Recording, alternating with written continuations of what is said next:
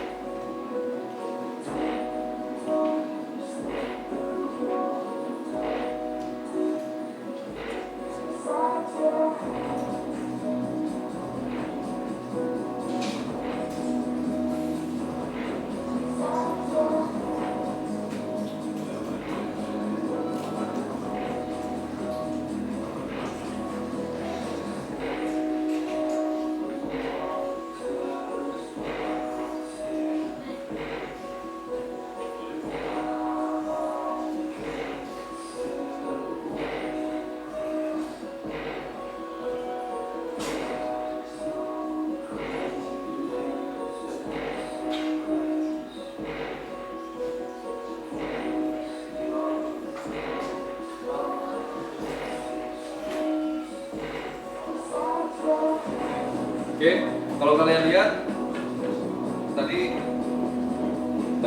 saya sempat bilang maksimum videonya. Halo,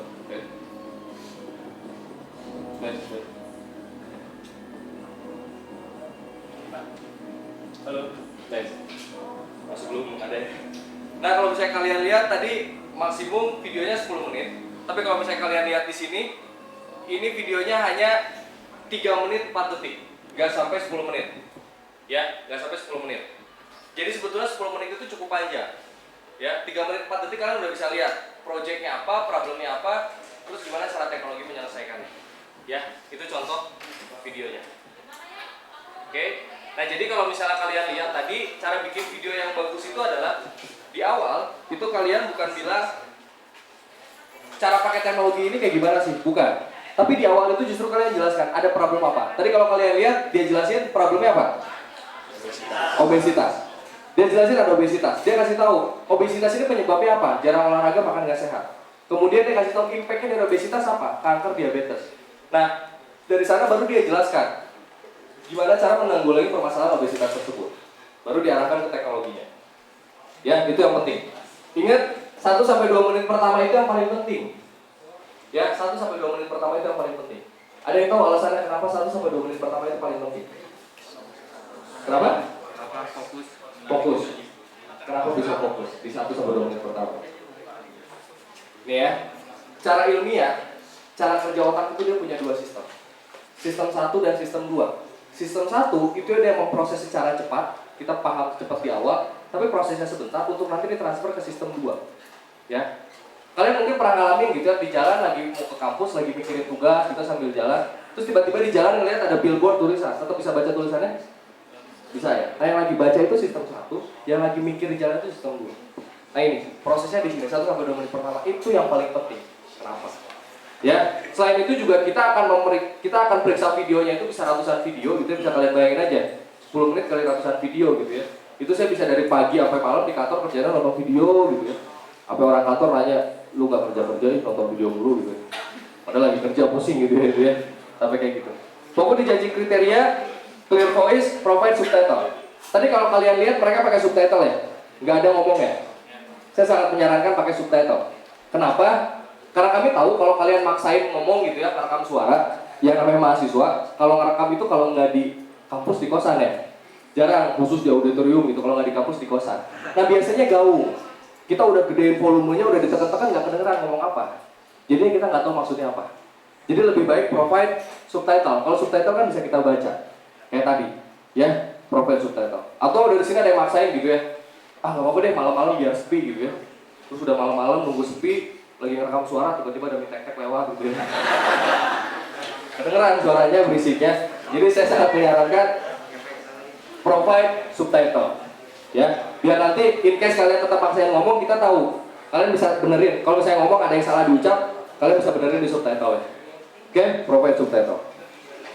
Nah, kalau perlu bantuan kemana? Ada Microsoft Virtual Academy, MBA, MSDN, Technet, ImagineCup.com belum? Kita paling sering update di sini, di ImagineCup.com belum? Ya, ada yang tahu MBA? MBA adalah portal online belajar gratis dari Microsoft, sangat bagus. Kenapa? Kalian bisa belajar seluruh teknologi Microsoft di sini, C#, Unity, Windows Store, Windows Phone, ASP banyak, itu gratis. Jadi kalau kalian pilih modulnya gitu ya, Unity, bikin game pakai Unity, nanti ada modulnya. Di modulnya itu ada slide presentasi, video presentasinya langsung dari Microsoft Pusat, bahkan nanti ada ujiannya.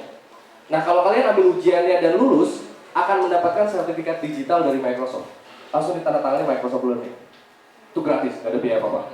Modalnya cuma 2. Niat sama bandwidth itu aja. Ya, modalnya cuma 2 itu. Jadi gratis. Silakan buka MBA. Bahkan ada satu perusahaan yang waktu itu saya sempat dengar, pada saat mereka mau merekrut .NET developer gitu ya, mereka udah mensyaratkan minimal kalian bisa ambil sisa for beginner-nya lulus di MBA. Jadi di CV-nya itu disertakan sertifikat. Ini bukan nih, bagus, sangat-sangat bagus. Ya. Oke, jadi summary-nya apa? Dari semua yang tadi sudah saya jelaskan, yang pertama Dream It, wujudkan mimpi kalian. Saya yakin kalian punya mimpi di sini mau membuat Indonesia lebih baik lagi.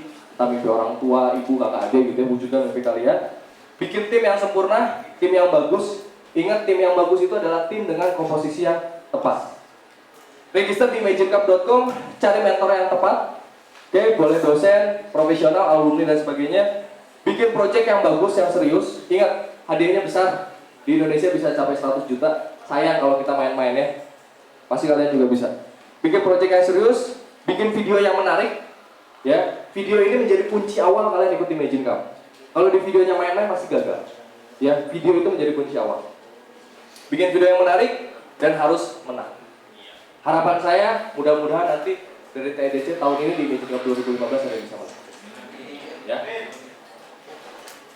Oke, itu aja dari saya. Ada pertanyaan? Ya, boleh. Boleh. Kita sampai berapa? Sampai besok pagi kan ya? Berdiri aja, berdiri. Saya Ridho. Yang pertama itu bagaimana kita mengetahui ide kita itu belum ada di teknologi sebelumnya. Jadi inovasi kita itu benar-benar baru. Bagaimana mengetahuinya secara universal. Kedua, tim kita itu satu kampus itu apa hanya bisa terdiri satu tim, mewakili satu tim, atau bisa lebih dari satu tim? Tiga lupa.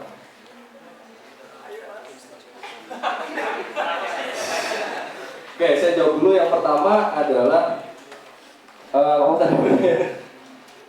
tentang apa? Ide ya? Kamu harus riset. Kamu harus sering-sering cari informasi, buka di YouTube. Karena di sana banyak tim yang memposting video-video Imagine Cup mereka. Yang pasti kamu harus riset. Kamu harus cari kira-kira ide yang kamu miliki udah sempat ada yang buat atau belum. Mau nggak mau harus riset. Harus cari, kan sekarang gampang cari di internet ya. Kayak gitu, kalaupun ada, kamu kan bisa kalaupun ada dan ternyata produk kamu lebih bagus karena pengembangan dari produk yang ada, itu boleh kalau mungkin aja, justru itu seninya dari kompetisi. Kamu harus bisa antisipasi hal kayak gitu. Ya. Nah, yang kedua, kalau lebih dari satu tim boleh, cuman akan ada kondisi kamu nanti harus memilih tim mana yang mau kamu bela. Kenapa? Karena ada kondisi misalnya dua tim ini lolos. Kemungkinan nanti akan ada waktu presentasinya barengan. Kamu harus pilih salah satu, mau nggak mau. Maksudnya tim itu mewakili kampus atau Mewakili kampus, memang mewakili kampus. Jadi gini, sebetulnya quote unquote kita nggak apa ya, kita nggak notify langsung ini mewakili kampus langsung ya, karena boleh gabungan. Yang pasti ini mewakili Indonesia nantinya. Ya karena kan nanti satu tim boleh gabungan dari kampus-kampus yang berbeda. Kalau misalnya berangkat ya nanti disebutkannya, misalnya ada tiga kampus ya. Sempat ada gabungan dari ITB, Unpad, IT Telkom yang kita sebutkan tiga-tiga gitu. Kayak gitu. Itu bukan pasti kan? Ya, baik. Oke, ada pertanyaan lagi? Ya. Waalaikumsalam. Nama saya Taufik Hamdan dari TIBU semester 7.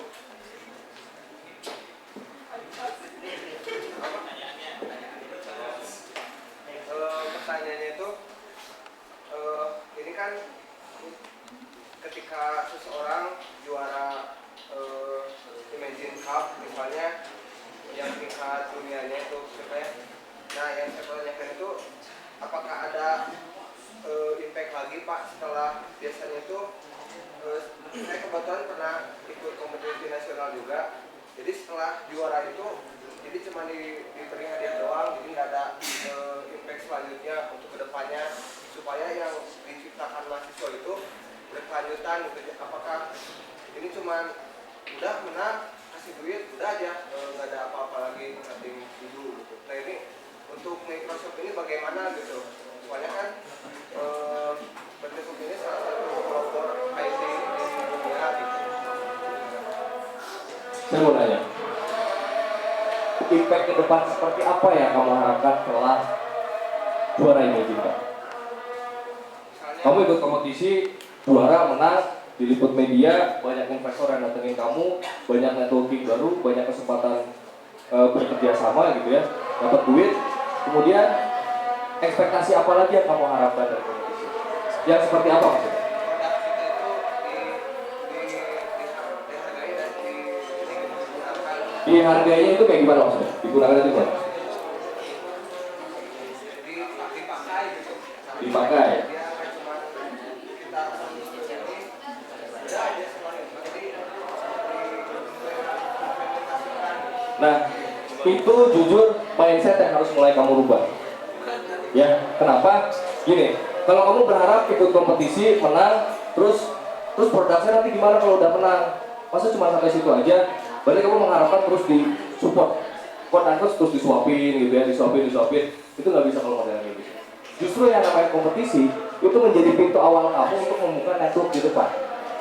Percaya deh, pada saat kamu ikut kompetisi, menang Imagine Cup, atau tanya ke beberapa orang Imagine sebelumnya, itu mereka rata-rata ketemu investor, ketemu CEO ini, diajak kerjasama itu bahkan udah kadang nggak ngarepin lagi bantuan dari Microsoft gitu, karena udah banyak duitnya di sana gitu, karena membuka pintu. kamu networking ke jaringan yang lebih luas. Percaya deh. Kita sering ketemu sama juara Imagine Cup gitu ya. Juara Imagine Cup di sini, terus mereka lulus sekarang di US, di Jerman, di mana. Karena banyak perusahaan atau tim yang merasa ini orang potensial, produknya bagus, entah diakuisisi, entah beli, entah dikembangkan dan sebagainya. Dan bahkan beberapa tim ketika mereka udah punya produk, ada tim dari game, produknya itu mereka jual, mereka usahakan. Kenapa? Mereka udah dapat duit tuh modal. Karena kan balik lagi, aplikasi yang kalian buat itu nggak jadi hak ciptanya Microsoft. Ikut kompetisi menang, udah ini milik kalian. Nggak jadi hak cipta Microsoft, malahan dikasih duit gitu ya. Produknya bagus nih, kita kasih duit buat modal. Kalian bisa mengembangkan lagi teknologi yang kalian buat. Buat misalnya mau dijual, mau di apa. Ya. Jadi saya cuma bisa bilang percaya deh, kalau kamu ikut kompetisi dan menang, hidup kamu masih berubah. Percaya. Mimpi-mimpi kamu yang dulu saya pengen sukses pengen ini, kita tahu sudah berubah.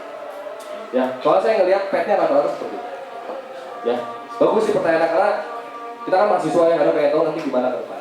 Cuman yang saya bisa sampaikan itu, karena saya melihat petnya rata-rata yang lolos Imagine Cup, mereka bikin perusahaan sendiri, bikin startup, dibandingkan harus kerja menjadi pegawai gitu ya. Kenapa? Karena duitnya lebih gede.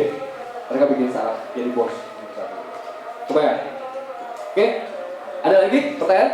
Ceweknya mungkin? Ya.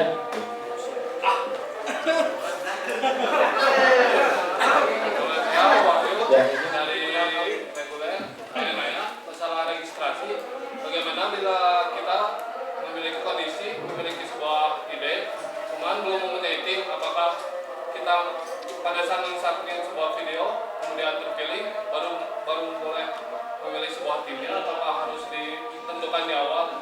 Tim itu dari awal sih. Cuma yang perlu diingat maksimum 4 kan ya gitu ya. Jadi kalau misalnya kalian udah punya ide, udah punya produk gitu, ternyata anggota timnya cuma 2 orang, gak masalah sih. Submit aja dulu 2 orang. It misalnya udah mepet 28 penggur, submit aja dulu. Misalnya pada saat presentasi ternyata nambah tim 2 lagi, masih sesuai kuota, kemungkinan bisa kita handle lah, bisa kita manage. Ya, semuanya sudah lebih dari 4 itu. Oke, coba ya. Oke. Ada pertanyaan lagi? Ceweknya mungkin dari tadi cowok semua yang nanya. Cewek nggak ada yang nanya? Ayo. Ceweknya malu-malu nih. Kenapa? Ayo, siapa yang mau nanya? Siapa lagi yang mau nanya? Cowok, cewek deh boleh. Ini ada yang mau nggak? Nggak mau? Ayo, siapa? Ceweknya ada yang mau nanya nggak? Biar lebih ramai, ada? Yuk. Kalau ceweknya nggak nanya, antara bingung, nggak ngerti, malu gitu. Ayo, saya hitung sampai 5 buat cewek ada yang mau nanya nggak? 1, 2, 3, 4. Ke tengah 5 nanya. Gak ada? Atau boleh nanya lagi?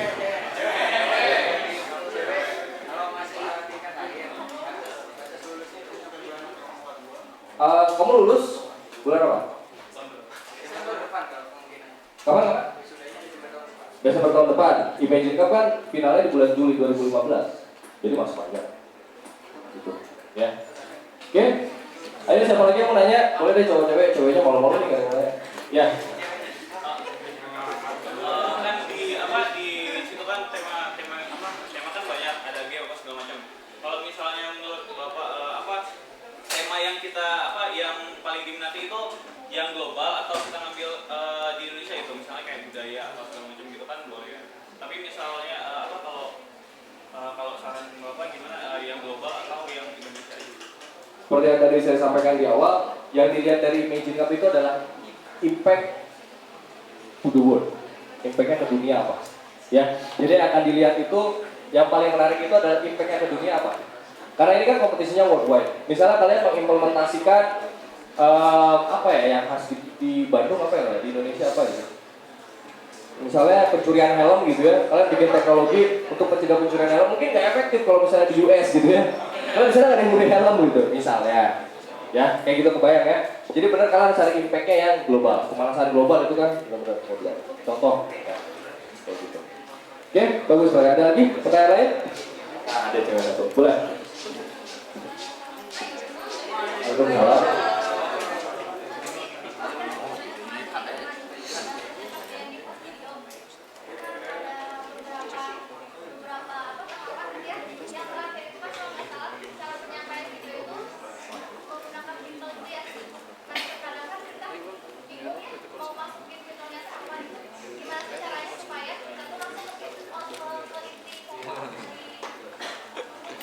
Bingungnya kenapa?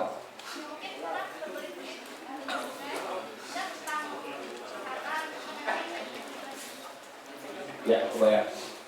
Gini, balik lagi ke fungsionalitasnya. Ya, tadi saya jelaskan di awal, urutannya itu jelaskan problemnya, kemudian penyebab problem ini apa, kemudian impact dari problem ini apa, kemudian bagaimana cara menyelesaikan problem ini, lalu yang terakhir bagaimana cara kerja aplikasi ini, fungsionalitas dari aplikasinya. Nah, untuk poin-poin yang tadi saya sebutkan, itu kamu translasikan ke dalam teks. Ya, sesimpel mungkin, sesederhana mungkin. Ya, justru nah model kayak gitu kamu boleh cari associate member gitu ya. Misalnya ketemu anak video syuting, anak videografer, anak marketing aja ketemu. Mau nggak? Saya mau ikut si Magic Lab. Kira-kira untuk bikin video ini, kata-kata penyampaiannya itu ke juri seperti apa yang bagus ya? Itu modelnya seperti itu. Ya, kebayang nggak? Jadi 5 poin itu yang perlu kamu ingat.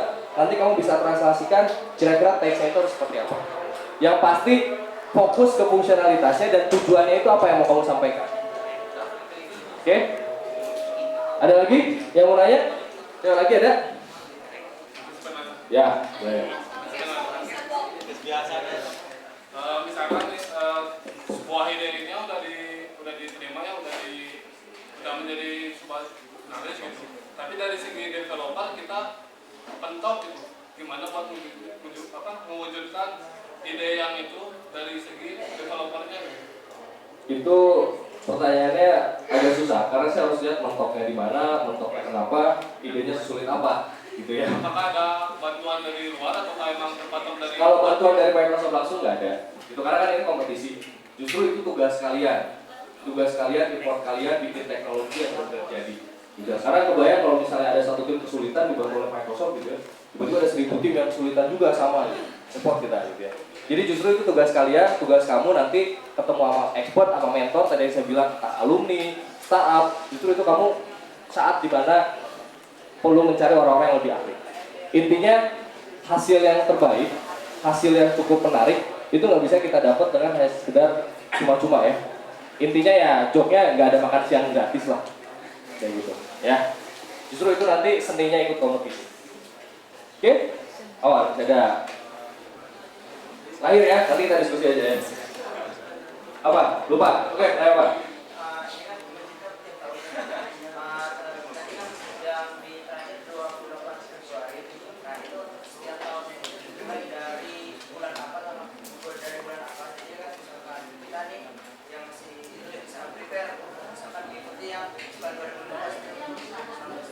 Oh, biasanya video submission ditutup rata-rata tanggal 28 Februari 2015. Biar nggak bentrok sama ujian, biasa kita lihat ujian sekolah. Jadi kalian udah bisa mulai dari sekarang kan developernya gitu ya, karena nanti 28 Februari udah perlu satu video. Dan kemungkinan tahun depan juga seperti itu model. Kalau nggak ada perubahan, mekanisme ya. Oke, terakhir ya.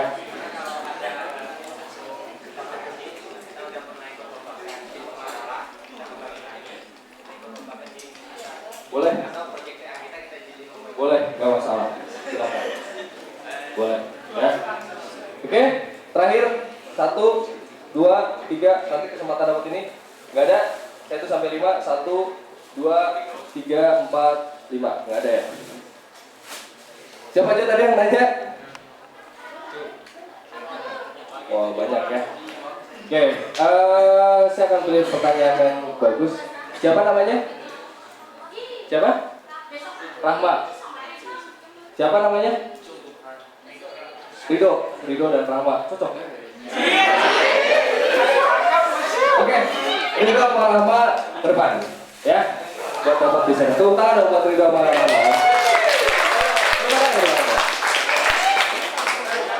Oh, ini nggak mau?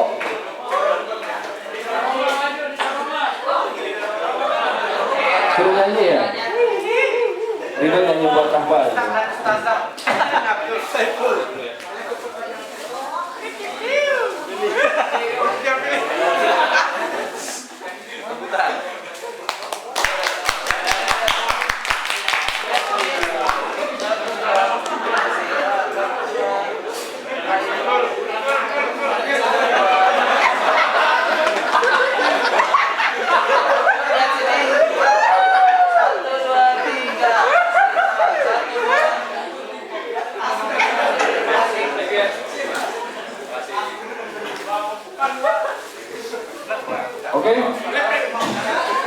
Tadi di atas sampai rebutan gitu, saya hitam kamu yang merah gitu.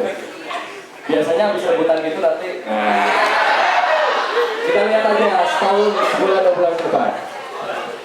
Oke, mungkin itu aja dari saya. Kalau masih ada yang malu-malu mau nanya belum jelas, ini ada email saya, kelihatan nggak?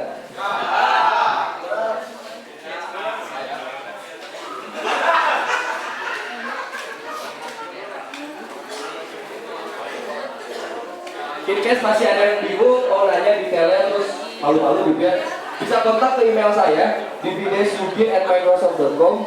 Boleh tanya di sana, detailnya seperti apa, diskusi, konsultasi boleh di videosugi@microsoft.com, atau boleh mention ke Twitter saya di @yuginugraha. Ya, boleh follow, tanya di Twitter boleh, gak masalah ya, kita mention tanya. Oke, asal jangan hanya coding di Twitter ya, itu baru inisialisasi udah habis susah.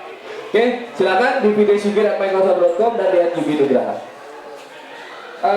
Penutupan dari saya, belum dikembalikan ke MC.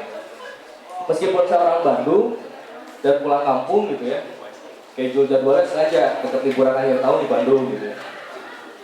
Tapi saya datang dari Jakarta, keliling ke kampus-kampus di Indonesia, khususnya ke TEDC ini. Saya punya semangat sendiri gitu ya. Semangatnya apa? Setelah saya datang jauh-jauh dari Jakarta ke sini, setelah saya datang jauh-jauh dari Jakarta ke sini untuk sharing mengenai Imagine Cup, saya punya satu permintaan. Saya pengen gantian, setelah ini kalian yang datang ke kantor Microsoft Indonesia buat presentasi finalisasi. Ya, siap ya gantian ya? Ditunggu ya. Oke, itu aja dari saya. Terima kasih buat teman-teman yang udah di sini. Selamat sore. Assalamualaikum warahmatullahi wabarakatuh.